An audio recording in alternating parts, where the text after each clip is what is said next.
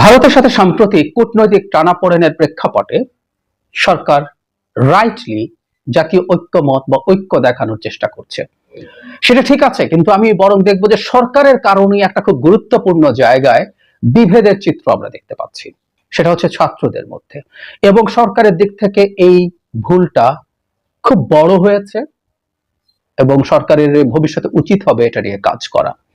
আসবো সেই জায়গায়, তার আগে আমরা ঐক্য নিয়ে যা যা হচ্ছে, সরকার ছাত্র সংগঠনগুলোর সাথে বসার চেষ্টা করেছে এবং এইগুলো কারা সেটাই সংকট তৈরি করেছে।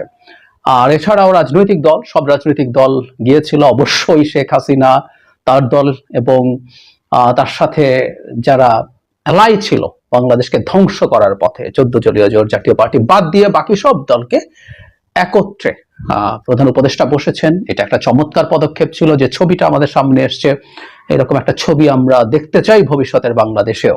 যখনই আমাদের সংকট হবে, বিশেষ করে বহির কোনো শত্রু, ভারতকে আমরা শত্রু না বলি কিন্তু অন্তত এই মুহূর্তে তারা শত্রুর মতো আচরণ করছে, বহিঃশত্রুর কোনো আক্রমণের মুখে আমরা যেন এইভাবে এক হয়ে যেতে পারি। তার পরের দিন ধর্মগুরুদের সাথে বসেছেন, বিভিন্ন ধর্মের মানুষদের সাথে, সেটাও একটা সম্প্রীতির চমৎকার চিহ্ন ছিল। কিন্তু ছাত্রদের সাথে বৈঠকটা নিয়ে একটা মেজর সমস্যা হচ্ছে। আমি একটা খবরের দিকে আপনাদের দৃষ্টি আকর্ষণ করি। গতকাল ছাত্রদল একটা সর্বদলীয় বৈঠক ডেকেছে। সেখানে দুটো গ্রুপকে, বৈষম্য বিরোধী ছাত্র আন্দোলন এবং ছাত্র শিবিরকে ডাকা হয়নি। এটা নিয়ে অনেক আলোচনা চলছে, কিন্তু বৈষম্য বিরোধী ছাত্র আন্দোলনকে কেন না সেটার একটা প্রশ্ন আছে। যাই হোক, এই বৈঠকের পরে নানা ইস্যুতে তারা কথা বলেছেন। এখানে ছাত্রদল, ছাত্র ফেডারেশন, 8 বাম সংগঠনের মোর্চা, গণতান্ত্রিক ছাত্র জোট সহ 28টা ছাত্র সংগঠন, এর মধ্যে অনেক ইসলামী দলের সংগঠন ছিল। সো ডান বাম মধ্য সবাই একত্রে একটা ভালো মিটিং হয়েছে, কিন্তু এখানে ডাকা হয়নি বৈষম্য বিরোধী ছাত্র আন্দোলনকেও। কেন? মঙ্গলবার, কারণটা এখানে লেখা আছে, বৈষম্য বিরোধী ছাত্র আন্দোলন এবং জাতীয় নাগরিক কমিটির 20 জনের একটি দল প্রধান উপদেষ্টার সঙ্গে বৈঠক করে। এর পরদিন অর্থাৎ বুধবার বৈষম্য বিরোধী ছাত্র আন্দোলন ছাত্র সংগঠনগুলোকে বৈঠকে ডাকে। শিবির সহ অন্যান্য ছাত্র সংগঠনের সঙ্গে সেই বৈঠকে আগামী ফেব্রুয়ারি প্রথম সপ্তাহে নির্বাচনের ব্যাপারে সিদ্ধান্ত হয়। প্রধান উপদেষ্টার সঙ্গে মত বিনিময়ে না ডাকায় সেই বৈঠকে ছাত্রদল, ফেডারেশন, ছাত্র অধিকার পরিষদ, গণতান্ত্রিক ছাত্র জোট যায়নি। ছাত্র সংগঠনগুলোর অভিযোগ, বৈষম্য বিরোধীরা তাদের পর্যাপ্ত সুযোগ দিচ্ছে না, প্রয়োজন হলেই কেবল ডাকে, প্রয়োজন শেষে আর খোঁজ নেয় না। একটা জিনিস আমরা খেয়াল করি, প্রধান উপদেষ্টা যখন ছাত্র সংগঠনগুলোর সাথে বসছেন তখন শুধু নাগরিক কমিটি আর বৈষম্য বিরোধী ছাত্র আন্দোলন গেছে। প্রশ্ন হচ্ছে কেন? অত্যন্ত বড় ভুল করেছে। আমরা যদি এই প্রশ্ন করি, বৈষম্য বিরোধী ছাত্র আন্দোলন কি চেয়েছিল যে আর কেউ না যাক, শুধু তারাই যাবেন, প্রধান উপদেষ্টার সাথে বৈঠকের অধিকার শুধু তাদের আছেন, যদি তারা সেটা চেয়েও থাকে, সরকার সেটা মানলো কেন?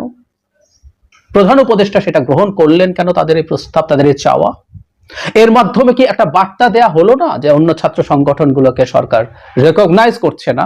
অথচ এখানে কিন্তু সর্বদলীয় ছাত্র, মানে একটা ঐক্যমত্যের কথা ছিল। সব দল মিলে যে ছবি প্রধান উপদেষ্টা তুলেছেন, সব ছাত্র সংগঠনের নেতাদের সাথে একই রকম একটা ছবি কি আর অনেক গুরুত্বপূর্ণ হতে পারতো না? পারতো। সুতরাং ভুলটা ওখান থেকে শুরু হয়েছে। এবং এরপর যখন অন্য সব সংগঠনের, শুধু ছাত্রদল না, কেউ বলতে পারেন ছাত্রদল যাচ্ছে না, এর মধ্যে বাম ছাত্র সংগঠনগুলো, ছাত্র ফেডারেশন এবং ওই যে 8টা বাম দল যারা আছেন, তাদের যে জোট আছে, তাদের জোটের যে সংগঠন সিপিবি সহ, বাসদ সহ, এরা এই জোটে আছে, তারাও কিন্তু যাননি। কারণ হলো তাদেরকেও ডাকা হয়নি। সুতরাং তারাও এখানে গেছেন এবং বৈষম্য বিরোধী যে ছাত্র আন্দোলন, সেখানে তাদের ডাকে আবার তারা জানে। তার মানে সরকার এটাকে এভাবে প্রেজেন্ট করতে সম্ভবত চাইছে যে তারা রেকগনাইজ করে বৈষম্য বিরোধী ছাত্র আন্দোলনকে, এবং তারপর তাদেরকে দায়িত্ব দেওয়া হয়েছে বাকি সবাইকে নিয়ে বসা। অন্তত এভাবে এই জিনিসটার মানে দাঁড়ায়। অত্যন্ত বড় ভুল হয়ে গেছে, এটা অত্যন্ত বড় ভুল হয়ে গেছে। এবং বৈষম্য বিরোধী ছাত্র আন্দোলন যদি মনে করে এটা করে তারা বাংলাদেশে একটা ভালো ইমেজ তৈরি করতে পারবেন, দ্যাটস রং। আমরা দীর্ঘদিন থেকে একটা কথা বলার চেষ্টা করছি, বৈষম্য বিরোধী ছাত্র আন্দোলনের নেতারা এই আন্দোলনের সামনের সারিতে ছিলেন, কোনো সন্দেহ নাই, তারা ঝুঁকি নিয়েছেন। একই রকম ঝুঁকি অন্যান্য অনেক ছাত্র সংগঠনেরও নেতাকর্মীরা নিয়েছেন, এই আন্দোলনে সবাই ছিল। সুতরাং আবারও কিন্তু ক্রেডিট এককভাবে ক্লেম করা এবং সেটা ছিনতাই করে অন্যদেরকে না দেওয়ার চেষ্টা আমি দেখতে পাচ্ছি।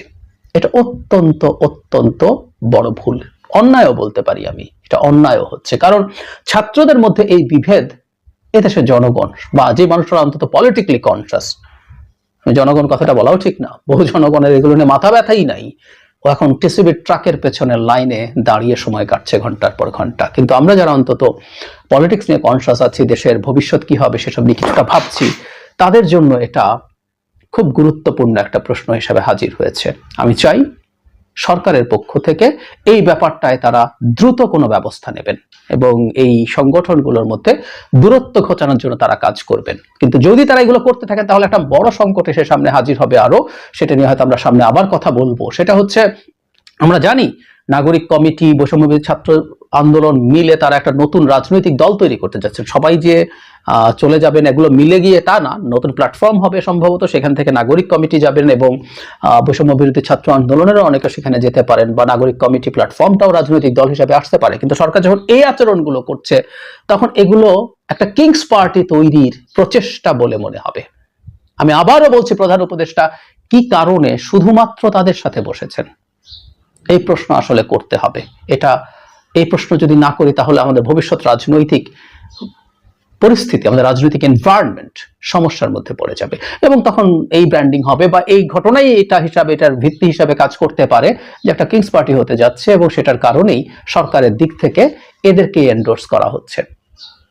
আমি আশা করি তারা যারা রাজনৈতিক দল করতে চান, আমি খুব চাই তারা একটা রাজনৈতিক দল করুক, তারা সফল হোক, কিন্তু এই ধরনের আচরণগুলো যখন সরকারকে তাদের সাথে ব্র্যান্ডেড করে দেবে, দিনের শেষে ভালো কিছু হবে না। তাদের রাজনৈতিক যে পরিকল্পনা আছে, উদ্দেশ্য আছে, সেটা ভালো কিছু হয় না। তাদের এই ব্যাপারে সতর্ক থাকা উচিত এবং আমি বিশেষ করে বৈষম্য বিরোধী ছাত্র আন্দোলনকে বলছি, ইভেন সরকারও যদি কথার কথা যদি চাইতো যে শুধু তাদের সাথে বসবে, তাদেরই তো বলা উচিত ছিল আমরা সবাইকে নিয়ে একসাথে বসতে চাই। সবারই প্রধান উপদেষ্টার সাথে বসা এবং সলিডারিটি দেখানোর ইচ্ছে থাকবে, আগ্রহ থাকবে, কিন্তু সেটা হয়নি। আমি আশা করি বৈষম্য বিরোধী ছাত্র আন্দোলনের পক্ষ থেকে এবং বিশেষ করে সরকারের পক্ষ থেকে এই ভুলটা কাটিয়ে ওঠার জন্য সর্বোচ্চ চেষ্টা করা হবে।